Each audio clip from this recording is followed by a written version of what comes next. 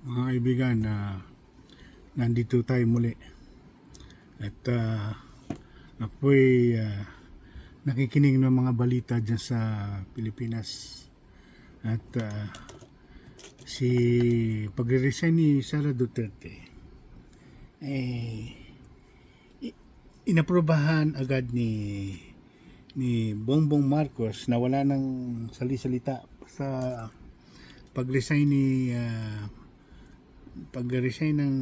pag-abot ng resignation ni Sara Duterte, tinanggap naman agad daw ni Bongbong Marcos. Napakagaling. Wala na salita. Ibig sabihin, talagang hindi na siya pinigilan ni Bongbong Marcos, ni President BBM. Kung siya talaga naman ay magandang ginagawa sa DepEd, maaring kausapin muna siya at siya'y pigilan. Sabihin na, maganda ang ginagawa mo bakit ka naman magre-resign? Baka pwede ka pang mag-extend hanggang gusto mo dahil kailangan ka namin, dahil maganda naman ang ginagawa. Wala naman paano naman siya pipigilan?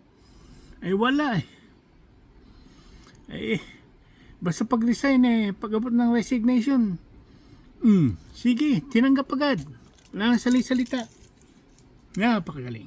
Dapat matagal na yan natanggal kung pwede nga lang matanggal yan sa Vice President tatanggalin, dapat nang tanggalin yan hindi, binoto ng tao yan kasama sa mga nanalo kaya hindi pwedeng basta tatanggalin yan kung talaga namang napakasama ang ginagawa niya at pag nanakaw wala naman okay lang naman kaya lang doon sa DepEd, doon siya may problema hindi niya naasikaso ang DepEd kaya kinakailangan na siyang mag-resign. Kung siya naman talagang magandang ginagawa, talagang siya maaaring kausapin pa ng presidente na sabihin sa kanya na bakit ka magre-resign kung maganda naman ang ginagawa mo okay naman kahit ng mga tao hindi lang loyalist ang nagsasabi sa kanya na dapat na siya mag-resign. Siguro napakinggan niya yung ibang rally ng loyalist diyan na sinasabi na mag-resign na si Sara. Siguro napanood niya kaya siguro nag-resign na rin. Talaga namang wala namang nagagawa pag may rally ang DDS nandun siya, umaapila siya roon. Paano yung picture taking? Ganun ba naman talaga? Ganun ba ang unit team? Siguro yan nag-unit team lang yan para lang manalo sa pagka vice president Kung siguro kung hindi yan sumali sa unit team baka hindi yan nanalo. Siguro alam niya na rin siguro malakas ang Marcos. At siguro parang baka yan sinuyo ni Marcos na maging katambal niya sa unit team. Kaya ayan, hindi pa si Marcos kumuha ng talagang mahusay-husay sa para maging vice president niya. Bakit si Sara pa napili niya? Nag-unit team nga sila, pero yun naman partido si Sara, puro naman ang banat kay BBM, puro paninira. Paano naman magkakaroon ng magandang kinabukasan ng Pilipinas sa ganyan? Dapat nagkakaisa lahat talaga ang mga, hindi yung si Duterte, hindi naman yan opposition.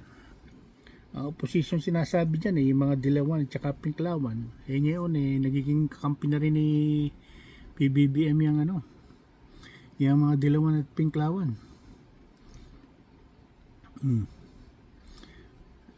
Siguro saka si Robredo parang napipili na maging pumalit kay Sara Duterte para sa maging secretary sa DepEd.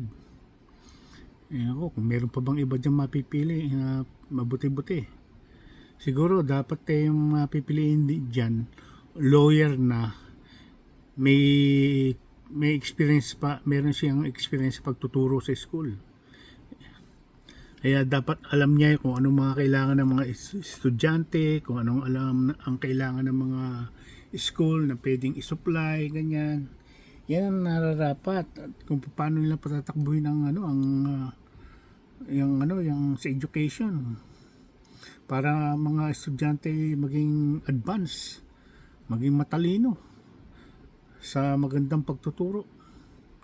Hindi yung pagka wala ang presidente at nag-abroad at na nakikipag-usap sa mga ibang mga presidente sa abroad, itong vice president na dapat siya ang tatayo na maging presidente, ang nangyayari, siya pa yung umaaten sa mga rally na andun, minumura na si Bongbong Marcos, tapos dadalo pa siya doon. Kasi partido niya yung mga nandun, tatay niya, kapatid niya, tsaka yung mga kumakalaban sa kanya, mga dating sekretary ni gaya ni Roque, binabaan at na kung ano nang pinagsasabi, mga bangag-bangag, naku, puro nang paninira ang ginagawa ng mga to. Wala naman talagang napapatunayan na talagang si PBBM bangag. Alam ko sa isang tao na may sakit na gaya ng iisa lang ang kidney, bawal dyan ang mga uminom dahil masama yun sa kidney, isa na ang kidney yan, dapat yung mga ganyan nag-iingat. At saka ang mga kain yan kontrolado, hindi pwedeng kumain ng basta-basta yan dahil maapektuhan ang kanyang kidney dyan, liver. Kasi isa ng kidney, paano nyo sasabihin yan nag-a-addict? At bawal nga dyan ang mag-a-addict, bawal ang manigarilyo. Yan kailangan nag-iingat pa rin sa katawan talaga dahil isa ang kidney mo Pag kumain ka, ang kain mo kontrolado, hindi pwede kang sumusobra-sobra sa pagkain. Ganyan ang ang mga isang kidney. Sa totoo lang kahit ng panahon ni Marcos, maganda yung ginagawa ng tatay niya noong araw. Bilib ako sa tatay niya kahit sa magpuntan. Kausapin mo pag salita yung sentablado wala na yung basa-basa, kabisado lahat. Ang anak ganun na rin. Medyo nakakamanan ng kaunti di sa ama. Sa 2025, iboto natin yung nararapat na mga senador.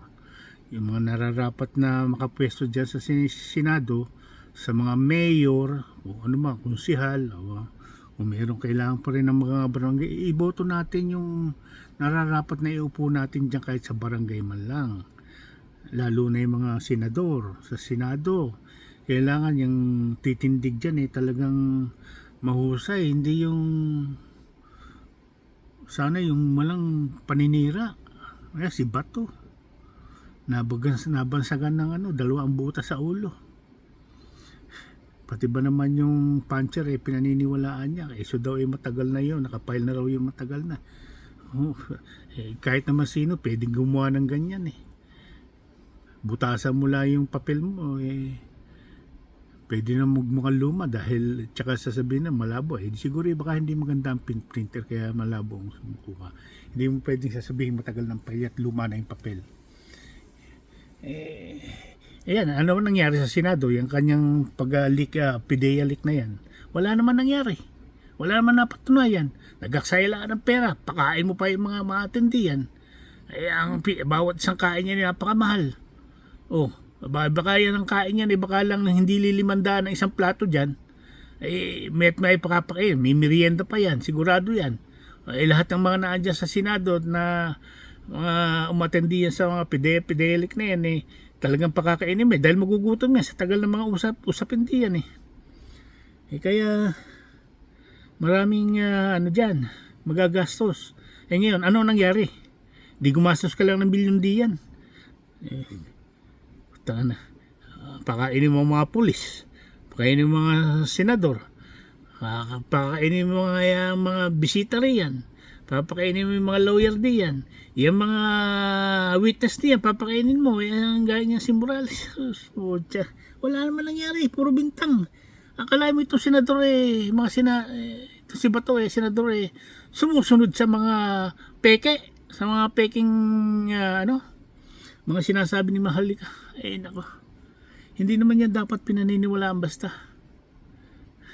Dapat yan nag-iimbestiga muna, yung talagang totoo, imbestigahan, puntahan yung mga dapat pupuntahan at mag-imbestiga. Hela, nakikinig na sa mga chismis.